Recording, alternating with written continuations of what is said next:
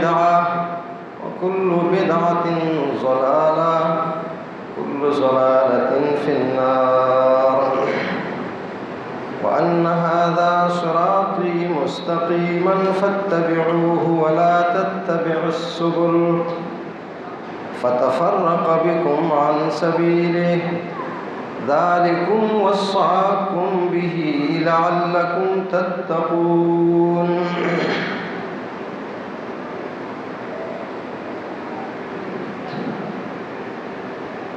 انسان ہدایت کا محتاج ہے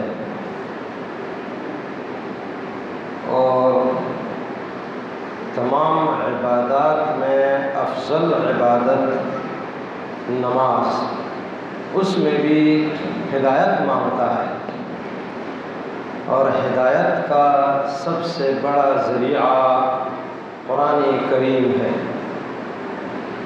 جیسا کہ میں نے آپ کے سامنے عرض کیا، ہدایت قرآن کریم کے ذریعے کس چیز کی ہدایت مانگتا ہے؟ یا اللہ مجھے دکھا، مجھے چلا، اہدنا کا معنی ہے۔ تو کیا دکھا، کدھر چلا، کس پر چلا، کس چیز پر؟ تو رب العالمین نے صراط مستقیم ذکر کیا ہے، صراط مستقیم پر چلا، صراط مستقیم کی ہدایت دے اللہ، اس پر چلائے رکھ، اس کی رہنمائی فرما۔ اب ایک شخص ہے کہ قرآن مجید جو ہدایت کا سب سے بڑا ذریعہ ہے، اس کو پڑھتا بھی ہے، سیکھتا بھی ہے، سکھاتا بھی ہے، سمجھتا بھی ہے، سمجھاتا بھی ہے، لیکن اس راہ کو اختیار نہیں کرتا، نہ اس راستے کو سمجھنے کی کوشش کرتا ہے جس کو اللہ نے صراط مستقیم کہا ہے۔ کیا کوئی عام شخص ہے جو نماز میں تو یہ مانگتا ہے یہ دعا کہ یا اللہ مجھے صراط مستقیم پر چلا، مجھے صراط مستقیم کی ہدایت دے، لیکن صراط مستقیم نہیں سمجھتا؟ اس کی ایک وجہ تو یہ ہے کہ ساری دنیا کے لوگ اپنے آپ کو صراط مستقیم پر سمجھتے ہیں۔ ہر فرقہ، ہر گروہ، ہر پارٹی کہے کہ صراط مستقیم پر ہم ہیں، یقیناً یہ آپ سنتے رہتے ہیں۔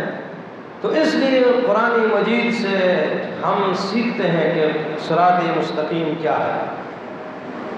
میرے نبی صلی اللہ علیہ وسلم نے صراط مستقیم کی تشریح اور تفصیل کے لیے سورۃ الانعام کی ایک آیت تلاوت فرمائی، وَأَنَّ هَذَا صِرَاطِي مُسْتَقِيمًا فَاتَّبِعُوهُ وَلَا تَتَّبِعُوا السُّبُلَ۔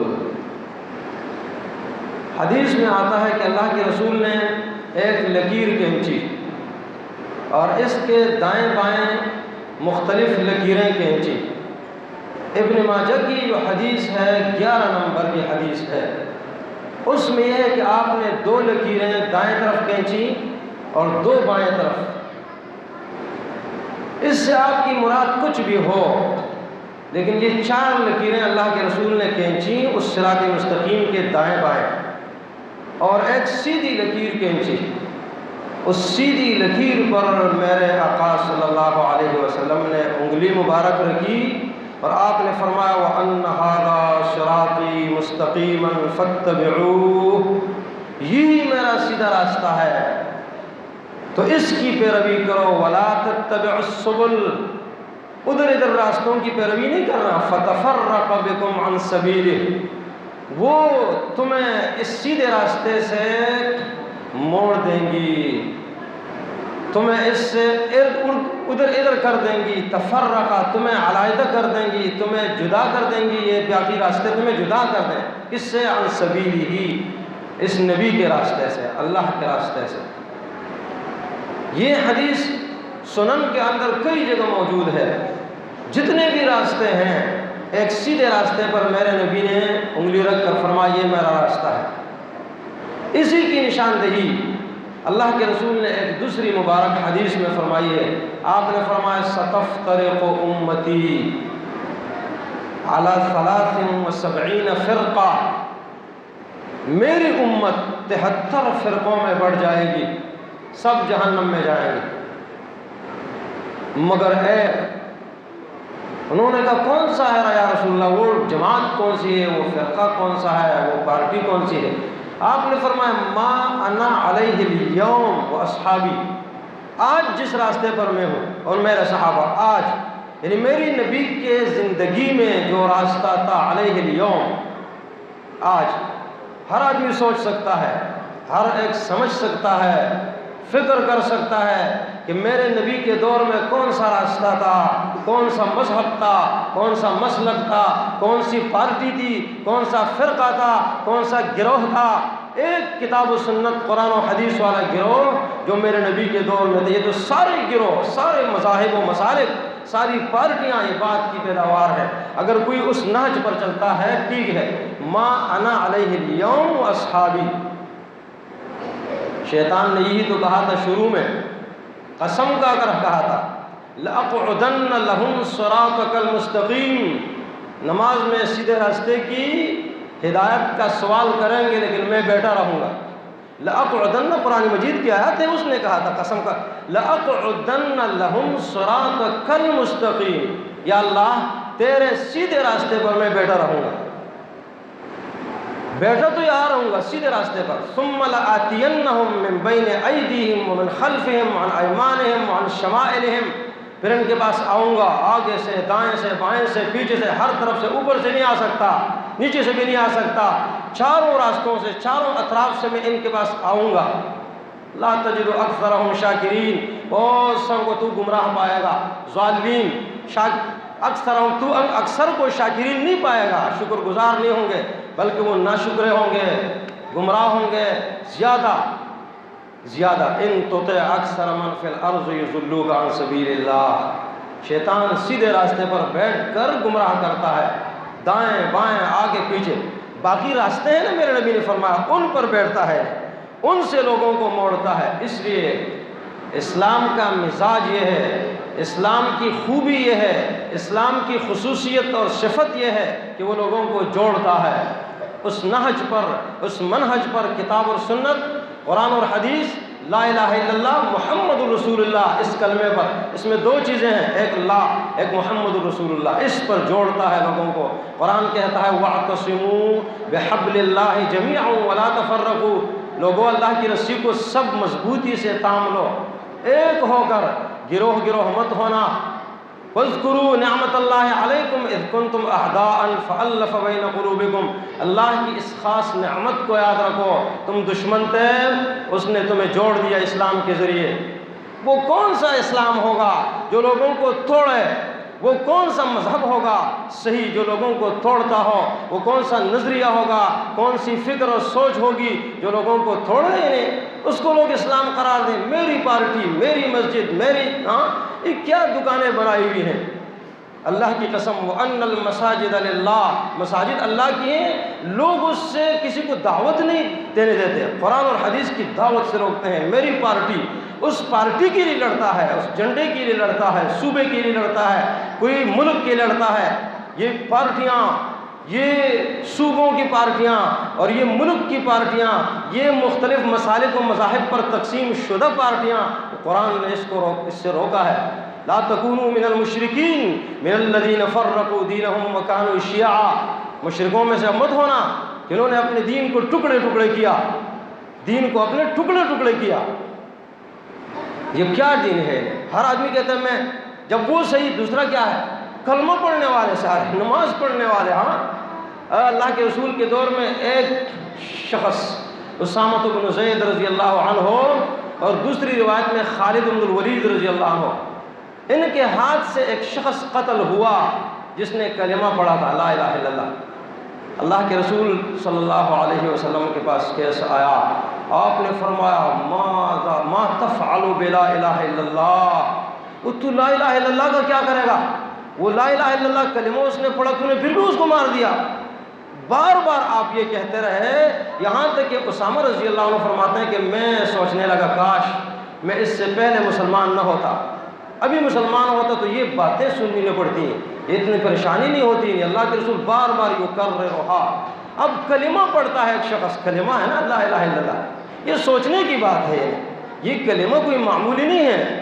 موسیٰ علیہ السلام نے کہا تھا یا اللہ مجھے ایک کلمہ سکھا، جس کے ساتھ تجھے یاد کروں۔ رب العالمین نے فرمایا لا الہ الا اللہ پڑھا کر۔ موسیٰ علیہ السلام نے کہا لا الہ الا اللہ کل عبادک، تیرے سارے بندے لا الہ الا اللہ پڑھتے ہیں۔ اللہ تعالیٰ نے فرمایا موسیٰ تجھے کیا علم ہے؟ لو ان السماوات السبع، اگر یہ ساتوں آسمان، اس کے اندر جتنی مخلوق ہے، ساتوں زمینیں، اس کے اندر جتنی مخلوق ہے، یہ سب کے سب غیری، میرے علاوہ، یہ ایک پلڑے میں رکھ دیے جائیں اور لا الہ الا اللہ دوسرے پلڑے میں رکھ دیا جائے، لمالت بہن لا الہ الا اللہ، تو لا الہ الا اللہ ان پر باری ہو۔ لا الہ الا اللہ ان سب آسمانوں، زمینوں، دریاؤں، پہاڑوں، سب چیزوں سے، ساری مخلوق سے باری ہو۔ ما اعلم جنود ربک الا ہو، سارے لشکروں پر باری ہو غیری۔ اس لا الہ الا اللہ پڑھنے والا، نماز پڑھنے والا، زکوٰۃ دینے والا، روزے رکھنے والا، اچھے کام کرنے والا، آپ اس کو سلام کرتے ہوئے برا سمجھتے ہیں، اس کی مسجد میری مسجد، ہاں کترا کر چلے جاتے ہو انہیں، کتنے افسوس کی بات ہے۔ اگر اس میں شرک نہیں پایا جاتا تو پھر کائے کی تنظیمیں ہیں، کائے کے تعصبات ہیں انہیں، کس بنیاد پر؟ ان کو چندہ مت دو بھائی، ان لوگوں کے ساتھ اچھائی مت کرو۔ یہ کون سی پارٹی میں ہے؟ کسی صوبے کی پارٹی میں نہیں ہے، کسی تنظیم میں نہیں ہے، کسی ملک کی پارٹی میں نہیں ہے، ان تازہ خداؤں میں بڑا سب سے وطن ہے۔ اس کا جو پیرہن ہے وہ ملت کا کفن ہے۔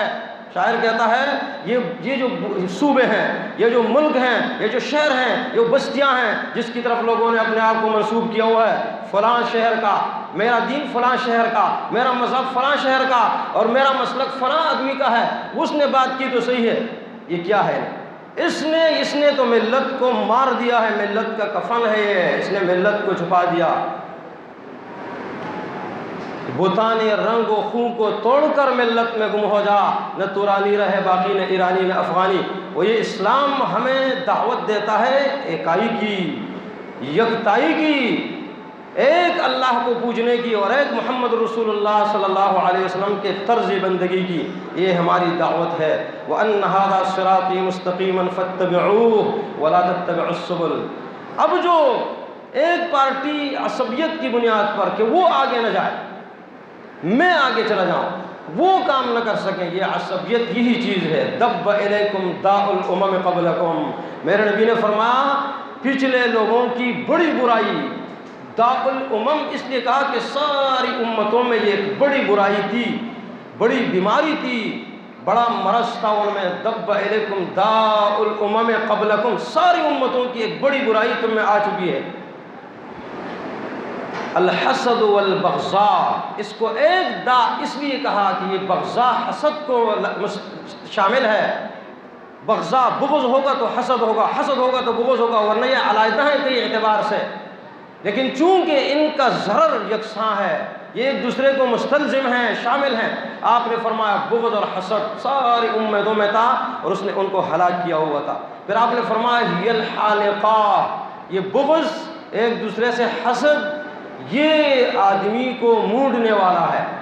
حالقہ، آپ نے فرمایا یہ بال نہیں مونڈتا، تحلق الدین، آدمی کے دین کو مونڈ دیتا ہے۔ یہ بغض، یہ تنظیموں کا تعصب، یہ عصبیت، یہ دین کو مونڈ دیتا ہے۔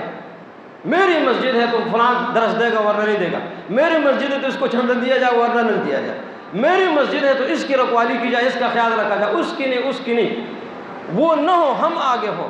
تعصبیت، لیس منا، میرے نبی نے فرمایا لیس منا، وہ ہم میں سے ہے ہی نہیں۔ من دعا الی عصبیہ، جو عصبیت کی دعوت دیتا ہے، او قاتل علی عصبیہ، قتال کرتا ہے، لڑتا ہے لیکن عصبیت پر، او مات علی عصبیہ، عصبیت پر مر جاتا ہے۔ کہتے ہیں ہمارے آدمی، ہمارا فلاں وفات پا گئے، اس کے جنازے میں زیادہ شرکت کریں گے، دوسرا کوئی قریب کا کیوں نہ ہو، اچھے سے اچھا انسان ہو، کسی اور تنظیم میں پارٹی میں، اس کے جنازے میں بہت کم، دور کا کوئی ہوگا، اپنا تنظیم، وہ بھائی کلمہ پڑھتا ہے، نماز پڑھتا ہے، نہیں کوئی دوسرا دور کا بیمار ہو جائے، اس کو کوئی قریب کا اپنے یہ تنظیموں کو پوجنا، یہ پارٹیوں کو پوجنا، یہ جھنڈوں کو پوجنا۔ میرے نبی نے فرمایا قیامت کا دن ہوگا، لوگ آئیں گے، کچھ ہوں گے جو حجر اور شجر کو پوجنے والے ہوں گے، حجر اور شجر، درختوں کو اور پتھروں کو پوجنے والے، جھنڈوں کو پوجنے والے، طواغیت کو پوجنے والے، یہ اور یہ اور یہ، ان کے پیچھے چلے جائیں گے۔ جو اکیلے اللہ کو پوجیں گے وہ کمال کے لوگ ہیں نہیں. یہ اسلام اخوت کا درس دیتا ہے، عصبیت کے بتوں کو توڑتا ہے، پاش پاش کرتا ہے.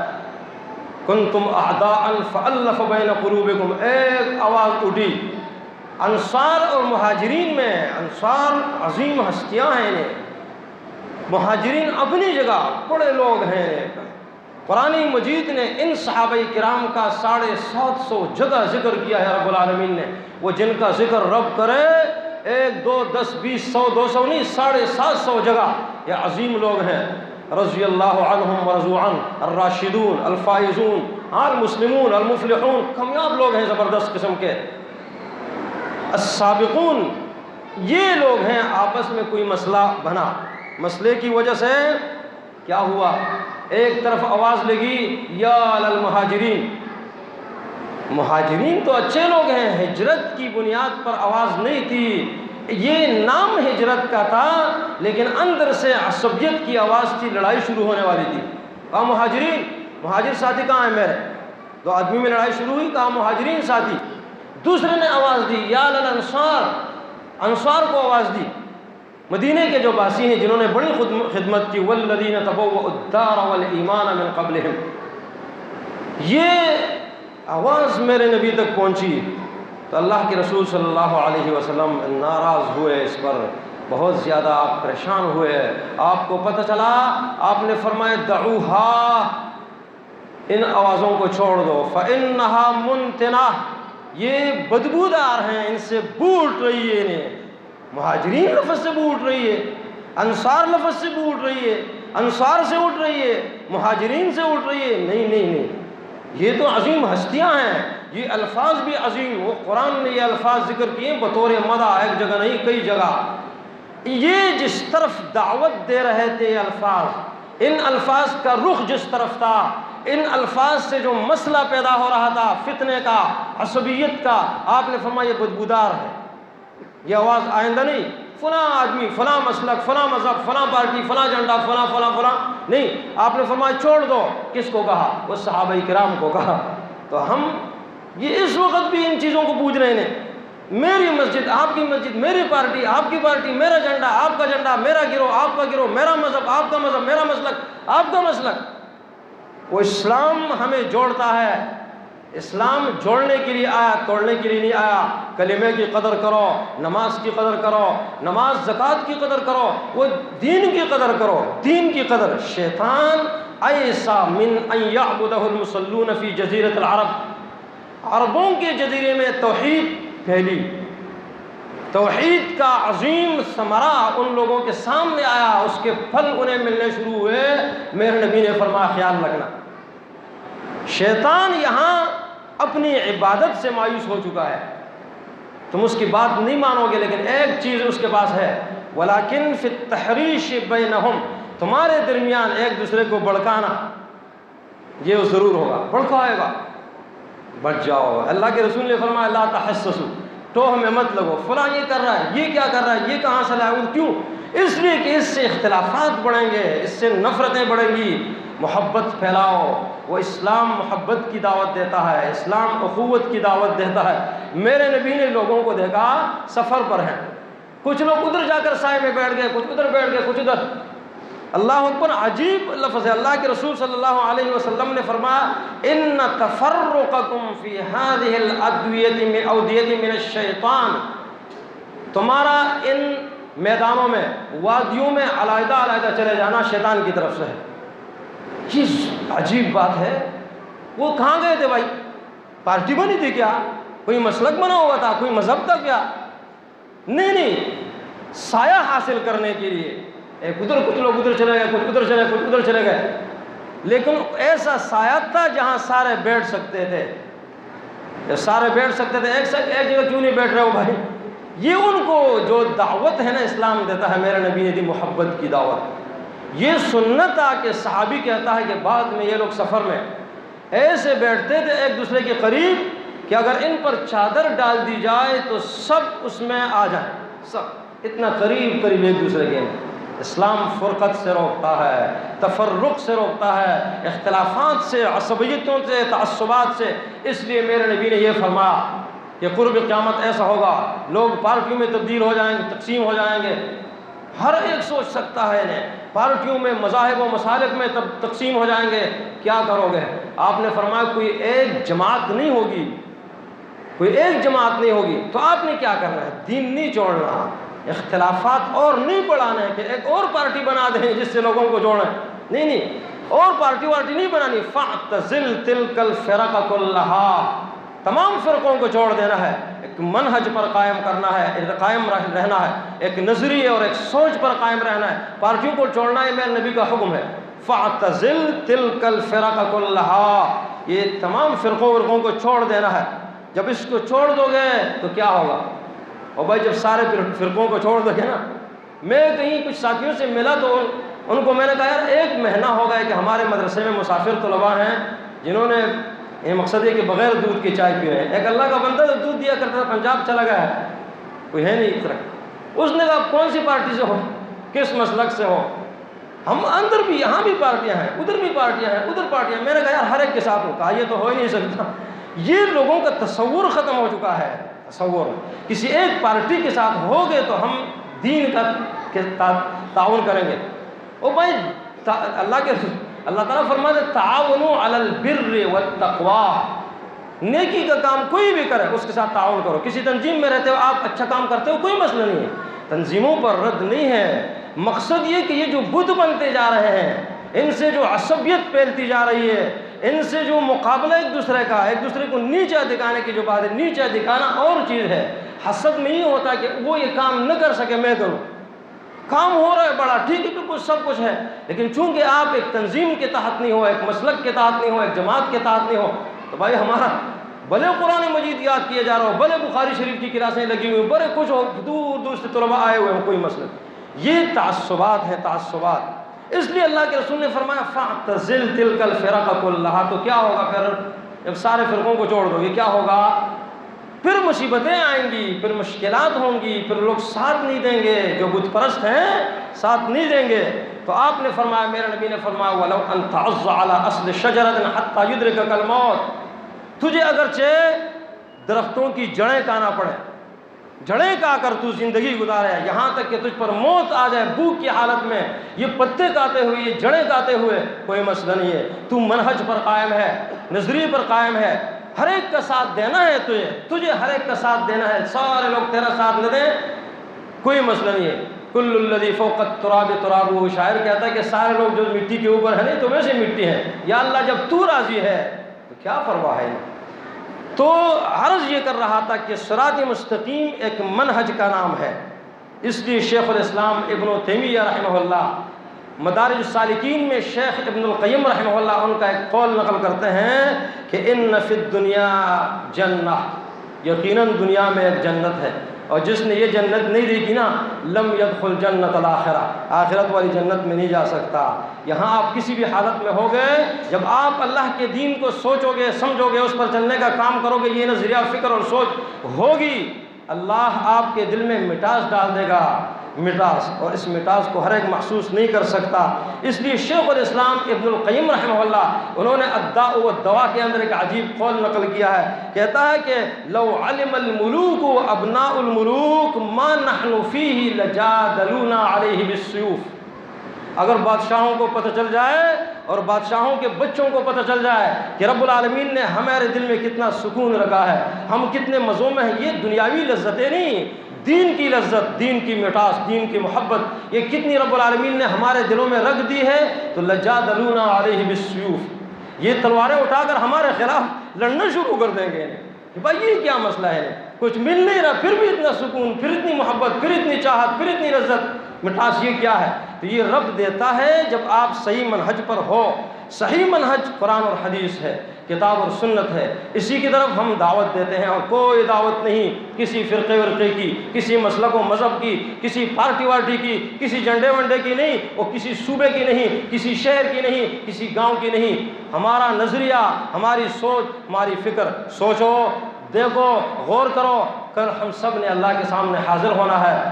قرآن اور حدیث هذه سبيلي أدعو إلى الله على بصيرة أنا ومن اتبعني وسبحان الله وما أنا من المشركين ولا تكونوا من المشركين من الذين فرقوا دينهم وكانوا شيعا والحمد لله الذي بنعمته تتم الصالحات.